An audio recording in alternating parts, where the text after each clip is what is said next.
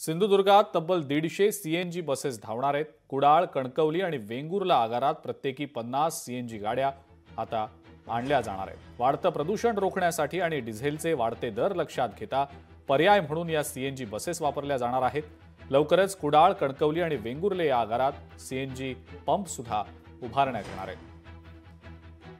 सिंधुदुर्ग विभागातील कणकवली, कुडाळ आणि वेंगुर्ला या 3 डेपोंना प्रत्येकी 50-50 याप्रमाणे 150 सीएनजी बसेस म्हणजे डिझेल वाहन हे सीएनजी मध्ये कन्वर्ट करण्याचं सध्या काम चालू आहे।